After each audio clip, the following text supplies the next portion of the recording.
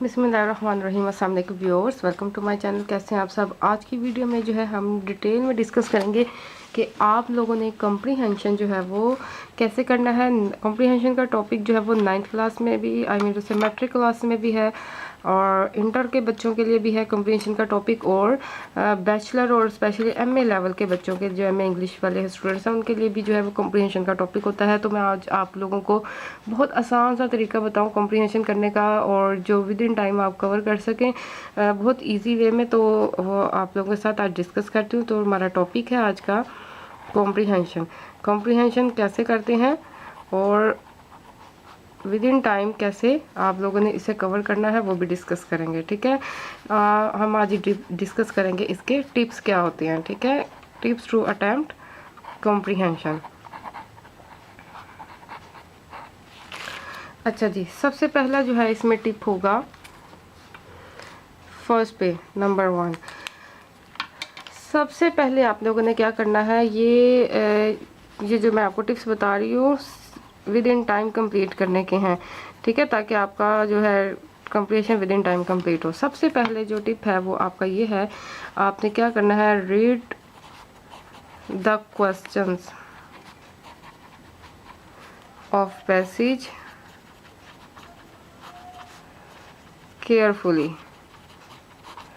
अच्छा जी, इस टिप का क्या मतलब है, read the questions of passage carefully means to say जो आपको कॉम्प्रीहेंशन के लिए पैसेज दिया हुआ है उसके नीचे जो क्वेश्चंस होते हैं, ठीक है, सबसे पहले आपने उसको रीड आउट करना है। अक्सर क्या होता है स्टूडेंट्स के पास जब आता है जो क्वेश्चन कॉम्प्रीहेंशन का, तो क्या करते हैं स्टूडेंट कॉम्प्रीहेंशन का जो लंबा चौड़ा सा पैसेज होता है उसको पढ़ने बैठ जाते हैं, एक एक लाइन पढ़ते जाते हैं, पिछली लाइन निकलती जाती है जहन से, दूसरी पढ़ होते हैं, तीसरी पढ़ होते हैं, दूसरी निकल जाती है। मीन्स टू से उनके दिमाग में बैठ नहीं रहा होता, क्योंकि जो ज़रा हाई लेवल के स्टूडेंट हैं उनका जो है वो कॉम्प्रीहेंशन की लैंग्वेज बहुत डिफ़िकल्ट सी होती है। ठीक है, तो और ये भी होता है क्योंकि आप उसे फर्स्ट टाइम पढ़ रहे होते हैं। अगर आप पूरा पैसेज एक दफ़ा पढ़ भी लें तो आपके दिमाग में 100 में से 20% जो है वो बस आपके दिमाग में बैठता है कि इसमें क्या बताया।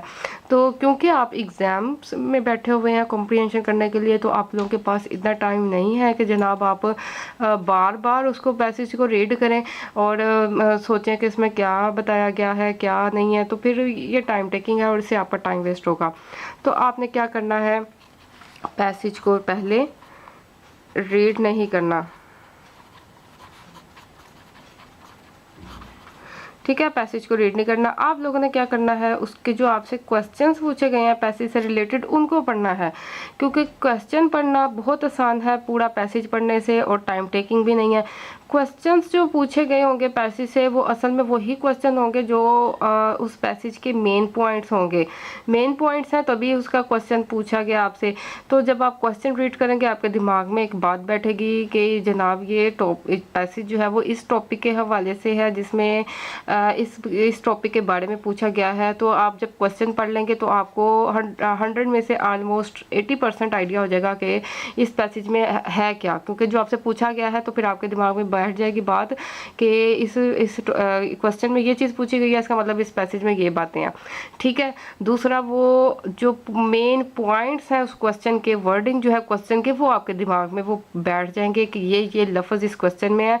तो जब आप पैसेज की तरफ आएंगे पढ़ने के तो वो वर्ड्स जब क्वेश्चन के आपकी नज़र में आएंगे तो आपको साथ साथ उसका आंसर भी मिलता जाएगा। तो पहला टिप क्या है कि आपने पैसेज को केयरफुली नहीं पढ़ना, आपने पैसेज के क्वेश्चंस को केयरफुली पढ़ना है। ठीक है, और इसके बाद नेक्स्ट टिप डिस्कस करते हैं। After reading questions come to the passage. जब आप क्वेश्चंस अच्छी तरह से थॉरोली रीड कर लें, 1 से 2 दफ़ा पढ़ लें, कोई मसला नहीं, 1 और 2 टाइम्स। ठीक है, अगर एक दफ़ा में आपको क्वेश्चंस नहीं समझ आए तो आप 1 से 2 दफ़ा जो है वो रीड कर लें। ठीक है, और फिर आप जो है पैसेज की जानिब come to the passage, mark the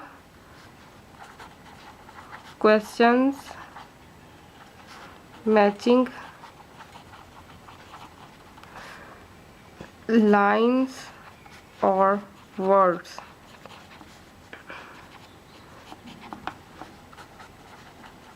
with pencil or any other thing। ठीक है, जब आप क्वेश्चंस को अच्छी तरह 1 से 2 दफ़ा रीड कर चुके हों, आपके दिमाग में कुछ क्वेश्चंस के वर्ड बैठ चुके हों, तो आप पैसेज की जानिब आइए। फिर पैसेज को जो है वो पढ़ें, और पढ़ने के दौरान जो जो आपको क्वेश्चन के से रिलेटेड जो है लाइंस लगे, मीन्स से क्वेश्चन क्वेश्चन एक पूछा गया है, तो जब आप पैसेज पढ़ रहे हैं तो उसमें क्वेश्चन में जो जो वर्ड्स थे मिलते जुलते, वो उस पैसेज में पढ़ते हुए आपके सामने आ रहे हैं। आप जल्दी जल्दी से अंडरलाइन कर लीजिए, वो क्वेश्चन से रिलेटेड वर्ड है, इसका मतलब उसका आंसर भी इन्हीं वर्ड्स में, इन्हीं लाइंस में छुपा होगा। ठीक है, मीन्स टू से आप जब क्वेश्चन रीड कर लेंगे तो जब पैसेज की जानिब आएंगे, तो जब पैसेज पढ़ रहे होंगे तो आपको साथ साथ जो है वो उसके आंसर भी मिलते जाएंगे। ठीक है, तो ये आपके लिए ईजी हो जाएगा। जब आप इसको अंडरलाइन कर लें, जो उसे मिलते जुलते वर्ड्स और लाइंस हैं, तो फिर आप थर्ड पॉइंट पे आ जाइए, give answers or find answers to the questions। ठीक है, फिर आप क्वेश्चंस जो है वो वहाँ पे आंसर इजीली तलाश कर पाएंगे, उन्हें तलाश कीजिए और जो है फिर आप उसका आंसर लिखिए। ठीक है, अब उसके बाद मैं आपको कॉम्प्रिहेंशन में लिखने का भी तरीका बताऊंगी कि आप लोगों ने उसको सॉल्व कैसे करना है, लिखना कैसे है। ठीक है, मीन्स से यहाँ तक हमने क्या सीखा है कि आप लोगों ने पैसेज रीड कर करके टाइम वेस्ट नहीं करना। एक दफ़ा में भी नहीं दिमाग में बात बैठेगी, दूसरी दफ़ा भी नहीं बैठेगी। आपने जस्ट क्या करना है, डायरेक्ट आप लोगों ने जाना है क्वेश्चंस की जानिब। क्वेश्चंस को 1 से 2 दफ़ा रीड करना है, क्योंकि वो इतना टाइम टेकिंग नहीं होगा, शॉर्ट से क्वेश्चंस होते हैं। क्वेश्चन को 2 दफ़ा रीड करना और बहुत ध्यान से और दिमाग में बिठा के रीड करना है कि आपके दिमाग में उस क्वेश्चन के पॉइंट्स और बातें जो है वो बैठ जाए। फिर आप जाएं पैसेज की जानी, पैसेज को रीड करें, और पैसेज को भी फ़ौरन ऐसे रीड नहीं करते जाना, आपने ध्यान से आहिस्ता आहिस्ता रीड करना है। और उसमें जो भी आपको क्वेश्चन से रिलेटिव वर्ड्स मिलते जुलते लगे, आपने फ़ौरन उनको अंडरलाइन कर लेना है, या कोई छोटा सा स्टार बना ले, क्योंकि एग्जाम्स में जो है वो इस तरह की एहतियात करनी पड़ती है ताकि कोई चीटिंग का केस ना हो। ठीक है, उसको अंडरलाइन कर लें, अंडरलाइन करने से कोई मसला नहीं होता, अंडरलाइन कर लें। फिर उसके बाद जब आप डिफरेंट जो है वो लाइंस को, पॉइंट्स को, वर्ड्स को अंडरलाइन कर चुके हो, फिर आप जो है वो क्वेश्चन एक एक क्वेश्चन पढ़ते जाएं और उसका आंसर फाइंड करते जाएं। बहुत ईजिली और जल्दी आप लोगों को उसके आंसर मिल जाएंगे, और फिर आप राइट करके उनके आंसर लिखें। ठीक है, इसके बाद जो है वो 4th टिप है, try to use your own language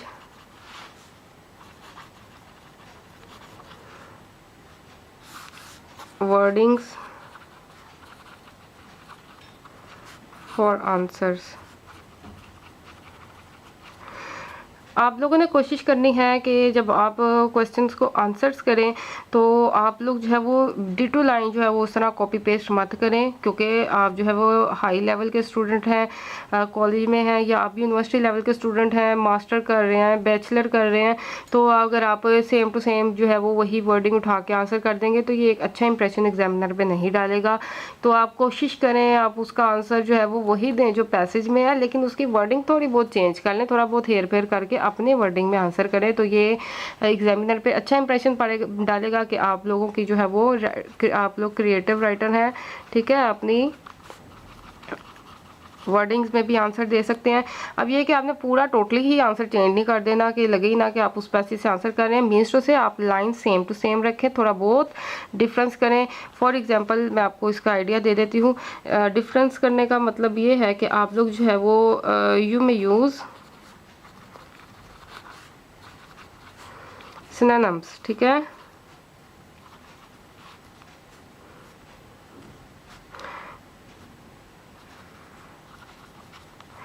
ठीक है, आप लोग जो है वो इसे क्या कहते हैं, अल्फाज मुतरादिफ।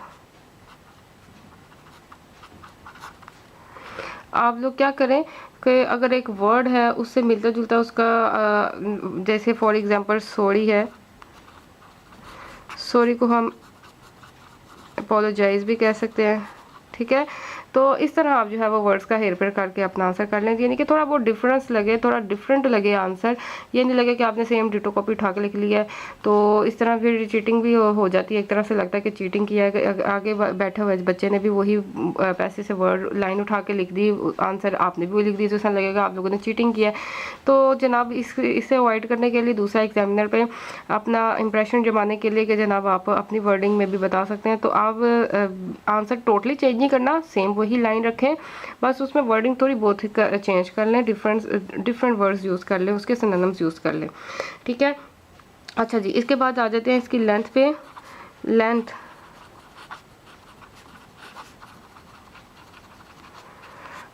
ये जो है ये जो पॉइंट है ये कॉलेज गोइंग या यूनिवर्सिटी गोइंग स्टूडेंट्स के लिए। मैट्रिक में तो आपको पता है सेम टू सेम आंसर्स होते हैं, फिक्स आंसर होते हैं, तो आप जो है वो वही करें। लेकिन जो college going university going students हैं उनके लिए ये पॉइंट जो है मोस्ट इंपॉर्टेंट है कि अपनी थोड़ी बहुत लैंग्वेज का यूज़ करें। लेंथ ऑफ आंसर्स, आंसर की लेंथ क्या होनी चाहिए कॉम्प्रीहेंशन की, ताकि आप लोग जो है वो ना ज़्यादा ना बहुत कम लिखें ना बहुत ज़्यादा लिखें और आपका पेपर टाइम पे कंप्लीट हो। तो आपने हर आंसर का क्वेश्चन का आंसर कोशिश करना है 3 to 4 लाइंस में आंसर करें। बाकी क्वेश्चन की डिमांड पे भी डिपेंड करता है, लेकिन ओवरऑल जो है अगर बात की जाए तो 3 to 4 लाइंस जो है वो होनी चाहिए आंसर की। अच्छा जी, इसके बाद जो है वो अक्सर कॉम्प्रीहेंशन के एंड में टाइटल की डिमांड होती है, सूटेबल टाइटल।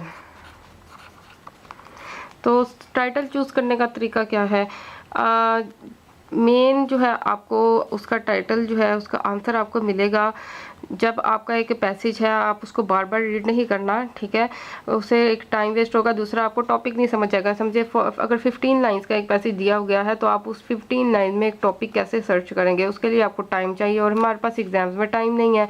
तो सूटेबल टाइटल सजेस्ट करने के लिए जो है वो आप लोगों को कैसे पता लगेगा, आप लोग जो है फोकस करें ऑन क्वेश्चंस। आप पैसेज के क्वेश्चंस पे फोकस करें कि क्वेश्चंस किस टाइप के हैं, किस टॉपिक से रिलेटेड है, वहीं से ही आपको टाइटल जो है वो इजीली मिल जाएगा। और जब आप ऊपर उसके क्वेश्चन का आंसर भी कर चुके होंगे तो फिर काफ़ी आपके दिमाग में क्लियर हो जाएगा कि किस टॉपिक पे सारा पैसेज है, तो वहाँ से आप टाइटल सजेस्ट कर सकते हैं। मीन्स से आपने क्वेश्चन पे फोकस करना है, ठीक है। आप जाहिर सी बात है कि पैसेज है, उससे जो क्वेश्चन पूछे गए हैं, क्वेश्चन उसके इंपॉर्टेंट पॉइंट्स, इंपॉर्टेंट टॉपिक पर ही पूछे जाएंगे कि इस टॉपिक में जो इस पैसेज में जो सबसे अहम बातें हैं उसके हवाले से क्वेश्चन पूछे जाते हैं ना, तो फिर इसका मतलब क्वेश्चंस में ही टॉपिक छुपा है। तो क्वेश्चन से आप लोगों ने फोकस करना है और टॉपिक सजेस्ट करना है। तो इसलिए उसके लिए आपको टाइम वेस्ट करने की ज़रूरत नहीं है, पैसेज को 2 से 3 दफ़ा रीड करने की ज़रूरत नहीं है। आप जस्ट क्वेश्चंस पे फोकस करें और उससे जो है जब आप आंसर भी कर चुके होंगे उससे आपको तकरीबन 90% क्लियर हो चुका होगा कि आप इस पैसेज का टॉपिक क्या है, ठीक है। तो क्वेश्चंस को फोकस करके आप टॉपिक जो है वो टाइटल जो है वो सजेस्ट करें। ओके जनाब, ये हो गया। और टॉपिक किस टाइप का होना चाहिए, इसका टाइटल किस टाइप का होना चाहिए, उस पर डिस्कस कर लेते हैं। टाइटल जो है आप कोशिश करें 2 to 3 वर्ड्स का टाइटल हो, ठीक है, ना 3 वर्ड से ज़्यादा लेंथी हो ना 2 वर्ड से कम हो। 1 वर्ड का रेयर केसेस में हो सकता है, अदरवाइज 2 to 3 वर्ड्स जो है वो बेस्ट रहेंगे टाइटल के लिए। कोशिश करें एक ही टाइटल जो है वो जो बहुत ही सूटेबल टाइटल हो वही सजेस्ट करें, 2 में कंफ्यूज ना हो।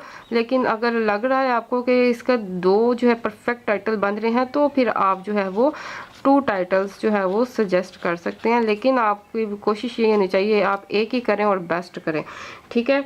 अगर आपको डाउट हो कि जनाब 2 जो है टाइटल दोनों ही इस पर परफेक्ट मैच हैं तो फिर आप जो है वो सेकंड भी जो है वो सजेस्ट कर सकते हैं। फॉर एग्जांपल ये टाइटल है दी ऑर्फन चाइल्ड, ठीक है। इस टाइप के इस तरह के टाइटल जो है सजेस्ट करें, ठीक है। ये हो गया ये कॉम्प्रीहेंशन कि आप लोगों ने क्वेश्चंस के आंसर कैसे फाइंड आउट करने हैं विद इन शॉर्ट टाइम, और आप लोगों ने क्रिएटिव आंसर कैसे सजेस्ट करने हैं जो बिल्कुल क्रिएटिव भी, टोटली क्रिएटिव भी ना हो, सेम टू सेम भी ना हो। और दूसरा ये कि आपने आंसर की लेंथ क्या रखनी है, टाइटल्स कैसे सजेस्ट करना है और सूटेबल टाइटल जो है वो कितने आपने रखने हैं और उनकी लेंथ क्या होनी चाहिए। अब जो है हम कॉम्प्रीहेंशन लिख के सॉल्व कर लेते हैं कि जनाब कॉम्प्रीहेंशन को सॉल्व करना कैसे है, ठीक है। ये हर लेवल के स्टूडेंट के लिए है। तो ये जनाब मैं आप लोगों के सामने जल्दी से सॉल्व करके दिखाने लगी हूँ, उसको अटैम्प्ट करने का तरीका बताने लगी हूँ। और इससे पहले आप लोगों से रिक्वेस्ट है जल्दी से मेरे चैनल को सब्सक्राइब कर लीजिए और मेरे दूसरे चैनल को भी, इसका लिंक डिस्क्रिप्शन बॉक्स में दे देती हूँ, उसको सब्सक्राइब कर लीजिए। आपके लिए बहुत हेल्पफुल सी वीडियोस जो है अवेलेबल होंगी देयर, ठीक है। तो जनाब ये देखिए अच्छा जी, सबसे पहले जो है हम मेंशन करने लगे हैं क्वेश्चन नंबर। अब मैं जल्दी जल्दी से कर रही हूँ।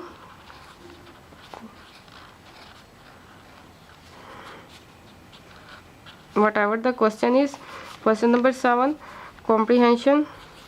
ये जस्ट कॉम्प्रीहेंशन पे है। अगर जब प्रेसी वाली आएगी तो फिर मैं जो है नेक्स्ट वीडियो को प्रेसी पे भी बनाऊंगी कि आप लोगों ने प्रेसी कैसे करनी है।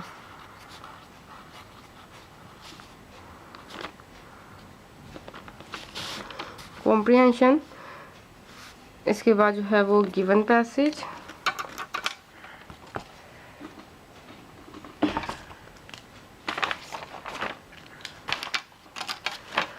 अच्छा जी, इट इज़ ऑप्शनल। ये सिर्फ उन बच्चों के लिए है जो फुल मार्क्स चाहते हैं, जिनकी राइटिंग स्पीड बहुत ज़बरदस्त है और जो A+ ग्रेड अचीव करना चाहते हैं, एग्जामिनर पे अच्छा इंप्रेशन जमा के, तो सिर्फ उनके लिए। अदरवाइज़ जो है वो बाकी जो नॉर्मल स्टूडेंट हैं वो उसको स्किप कर सकते हैं। ठीक है, ये मैंने क्या किया है, जो आपको वो पैराग्राफ गिवन है उसका मैंने स्टार्टिंग 3 to 4 वर्ड्स सेलेक्ट किए हैं और एंडिंग 3 to 4 वर्ड्स सेलेक्ट किए हैं।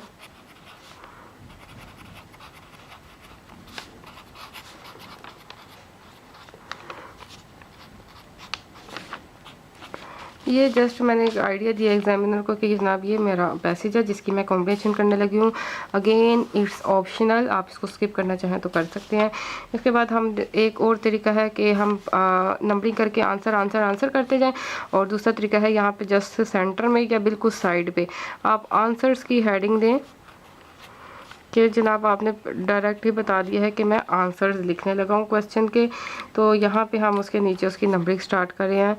ये 604 और 605 यूज़ कर रही हूँ मैं। ठीक है, ये होगी आंसर्स। अब यहाँ पे मुझे बार बार आंसर की हेडिंग देनी नहीं पड़ेगी। अगर आप ये नहीं लिखना चाह रहे, आप नंबरिंग दे क्वेश्चन की और यहाँ पे आंसर की हेडिंग दे के सामने उसका आंसर लिखते जाए। ठीक है, ये जनाब मैं आंसर लिखने लगी हूँ।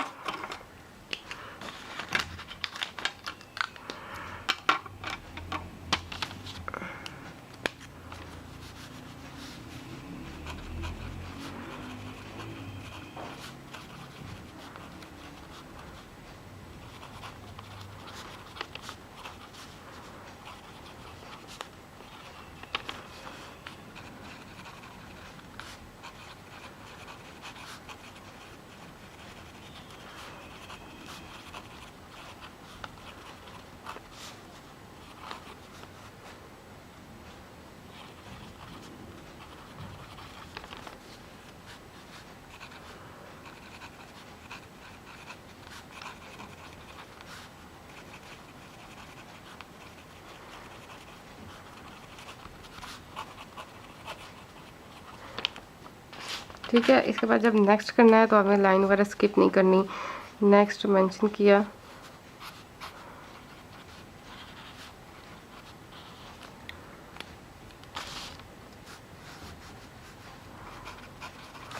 थोड़ी सी स्पेस छोड़ के स्टार्ट करना है, बिल्कुल यहाँ से स्टार्ट नहीं करना क्योंकि पैसेज चाहिए।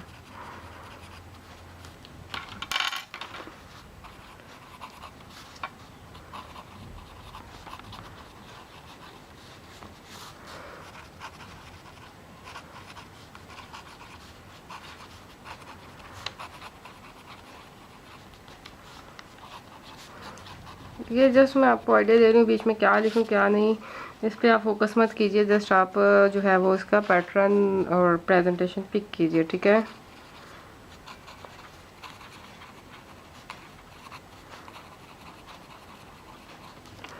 ओके, इस तरह फिर थर्ड आ जाता है जी next part.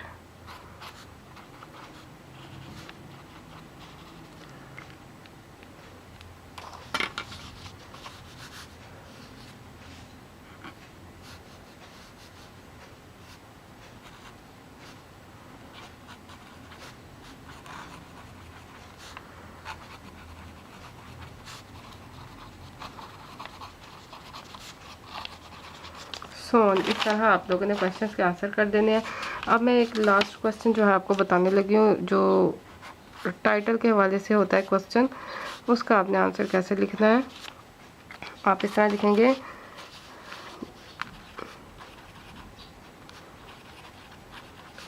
suitable title for given passage is,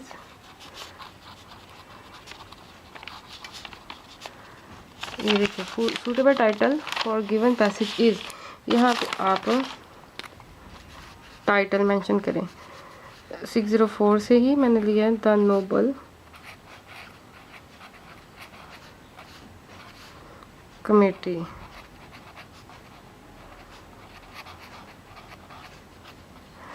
ठीक है, और इसको इन्वर्टेड कॉमास में क्लोज कर दें। ये टॉपिक है आपका या टाइटल है आपका। ठीक है, ये देखिए ये कंप्रेशन करने का तरीका है।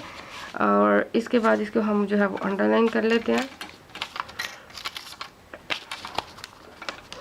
ठीक है जनाब, मैंने आपको इस वीडियो में कॉम्प्रीहेंशन करने का तरीका विद इन शॉर्ट टाइम, ठीक है, एग्ज़ाम्स में करने का तरीका भी बता दिया और उसका प्रेजेंटेशन भी बता दी, अटेंड करने का तरीका बता दिया। तो चैनल को सब्सक्राइब कर लीजिए, वीडियो को लाइक और शेयर कर दीजिए।